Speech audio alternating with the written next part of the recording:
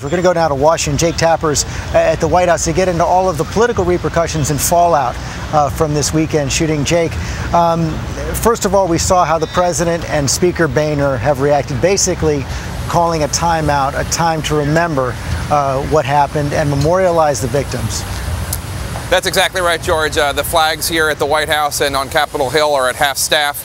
And the comments from President Obama, Vice President Biden, and others have been very circumspect when talking about the motives for the killing. But others have jumped into the fray saying that hateful speech, virulent rhetoric, is at least partly to blame. A lot of Democrats taking to the airwaves, talking about how even though we don't know the motives yet for this shooter, this is a time for everyone to damp down their rhetoric. Obviously, Speaker Pelosi, former Speaker Pelosi, in last year talked about her concerns about violent rhetoric and how it might have an effect.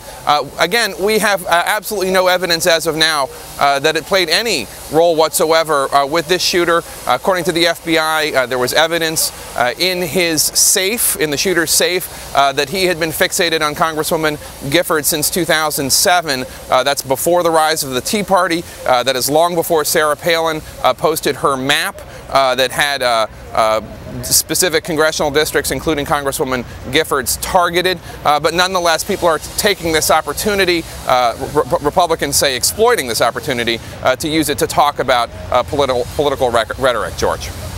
That's right. They came down hard on the sheriff here, Sheriff Dupnick.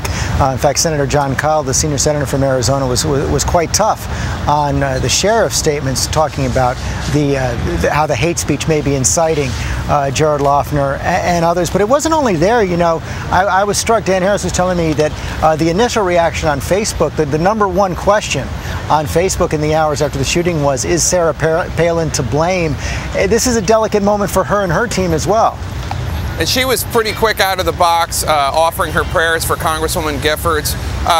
Regardless of the impact, regardless of the motive of the shooter, this obviously has renewed awareness of rhetoric. But I have to say, you're right, it is delicate. And you've seen President Obama, Vice President Biden, and others be very careful in their rhetoric. An unusual variation from that happened earlier today. Secretary of State Hillary Clinton in Abu Dhabi was doing a town hall meeting. She was talking there about the Mideast peace process and how extremists should not be allowed to dictate the terms. And then she brought in the shooting of Gabrielle Giffords and the other 19 victims, talking about how there are extremists in the U.S. as well. Now, that would seem to ascribe a political motivation to the shooting that, as of now, as far as I know, has not been established. Of course, she is on the other side of the world, and perhaps she was speaking a little freely and loosely in order to make a point about how every country has extremists. But that got some notice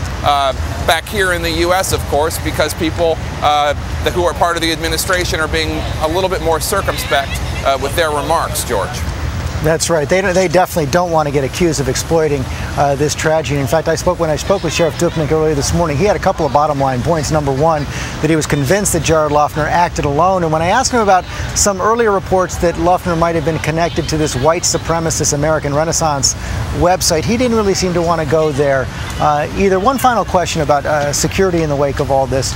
Lots of questions about whether members of Congress are going to need beefed up security. They're going to have to change the way they interact with constituents. What are you picking up on Capitol Hill? I noticed that at least 2 members of Congress say they're going to carry weapons with them in their district.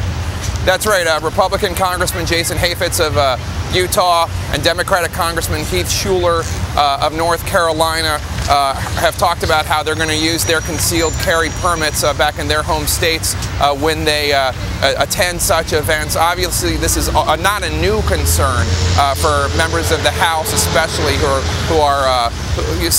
their districts are smaller, obviously, than senators, and they don't have as much security as members of the administration. But this is not new, as I said, because in 1998, you remember, a gunman stormed the Capitol, tried to get into a then Majority Leader Tom DeLay's office, and was unsuccessful, but he did kill 2 Capitol Hill policemen. So this is always an issue on Capitol Hill. And as you know, George, every week or so we hear about a gunman being stopped outside the Capitol, somebody trying to get in to the White House. This is a country that has a lot of incidents like this. Dick Armey, the former House Majority Leader, said on This Week with Christiana Amanpour yesterday that he suggests all members of Congress should reach out to their local police forces whenever they have events back in their home districts and invite them to help provide some sort of security.